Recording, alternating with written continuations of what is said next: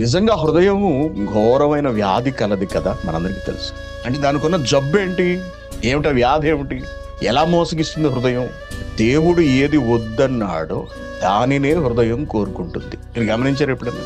ఏది చెయ్యకూడదు అనుకుంటామో దాని మీదకే లాగుతుంటది. ఎవరైనా ఏదైతే వద్దంటారో మనకు అదే చేయాలనిపిస్తుంది. చిన్నపిల్లలు చూసారా, దాన్ని ముట్టుకోవద్దు అని అనుకోండి, వాడు మనం చూస్తుండగా దాన్ని ఎలా ముట్టుకుంటాడు అంటే వాడు కంట్రోల్ చేసుకోలేకపోతున్నాడు దాన్ని టచ్ చేయకుండా. ఒక బొమ్మ కావచ్చు, మరొకటి కావచ్చు, మరొకటి ఏదైనా సరే వాడి వల్ల అవట్లేదు చిన్న వయసు నుండే. ఇక ఎదిగిన తర్వాత పెద్దలు ఏదొద్దని చెబుతారో అదే చేయాలనిపిస్తుంది. ఇక్కడ ఎక్కడికో వెళ్ళిపోతుంటుంది హృదయం, ఏదేదో ఊహించేసుకుంటుంది, ఎక్కడెక్కడికో వెళ్ళిపోతుంది. ఊహలలో మధురానుభూతులు అనుభవిస్తూ ఉంటుంది. ఊహల్లో అటువంటి ఊహలు కూడా తప్పని చెప్పాడు దేవుడు. అయినా సరే హృదయం వాటినే కోరుకుంటూ ఉంటుంది. ఎంత మోసం అండి, ఎంత మాయ తెలుసా అండి హృదయంతో. మానవ జీవితం, ముఖ్యంగా భక్తి జీవితం